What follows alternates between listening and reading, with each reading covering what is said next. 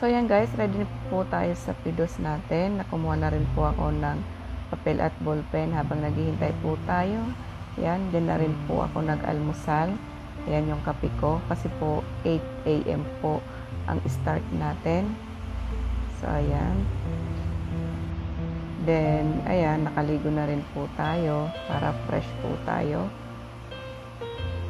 And then wag po natin kalimutan na malapit po tayo sa saksakan in case na malobat po yung cellphone natin, makakapag-charge ulit agad tayo.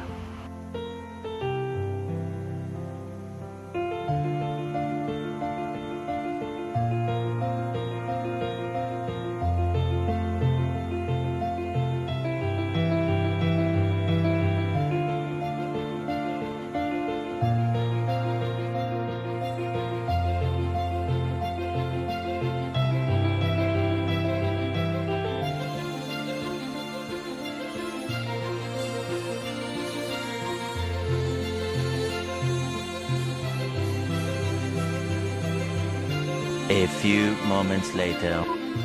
Seafarers Education and Upgrading Program to enhance the skills and competitiveness of our Filipino seafarers. Pre-departure education program for all ready-to-leave OFWs. Welfare assistance program for OFWs and their families, which includes calamity assistance, bereavement assistance, medical assistance, and relief assistance.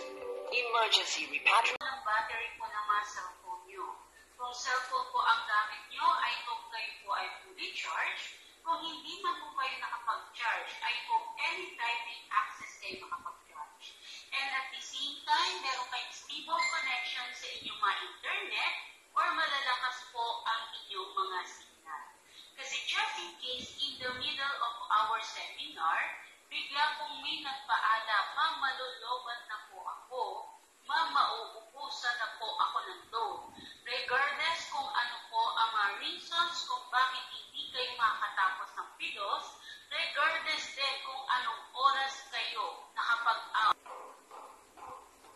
Sa pamamagitan ng pidos, mabibigyan ng sapat na kaalaman ang mga OFWs para mayanda ang kanilang sarili at ang kanilang pamilya sa haraping hamon ng pagtatrabaho sa ibang bansa. Bakit ba kailangan magpidos?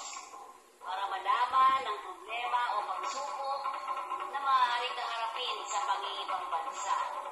Para malaman kung paano makatutugon sa haraping realidad sa ibang bansa. Para makapaghanda kung paano makakaangkop sa kultura at kalagayan ng mga bansang pupuntahan. Para mapaghandaan ang kapakanan ng pamilyang naiwan. Ano ang matututunan sa pidos? Know the realities, know how to cope, work contract, programs and services for OFWs, health and safety, how to manage my money, no do's and don'ts, no rights and obligations. Those who fail to plan, plan to fail. By failing to prepare, you are preparing to fail. Ang informed OFW ay handang OFWs. At ang handang OFWs ay may kumpiyansa sa sarili, makakaiwas sa maling akala o sa di ko kasi alam. Sa Department of Labor and Employment, sa PIDOS, ako'y informed worker.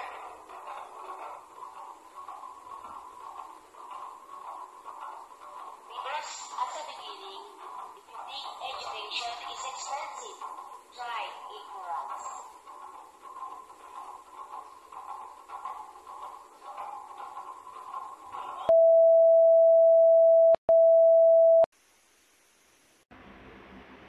So ayan guys, natapos na po ang ating pidos. Ayan guys. Sana po nakatulong po ang video na ito. Sa mga hindi pa po nakakapag-subscribe dito sa aking channel, huwag niyo pong kalimutan mag-subscribe at syempre huwag po natin kalimutan pakihit na rin po ang notification bell para po lagi po tayong updated every time na gagawa po tayo ng panibagong video. Ayan, maraming pong salamat. Babu!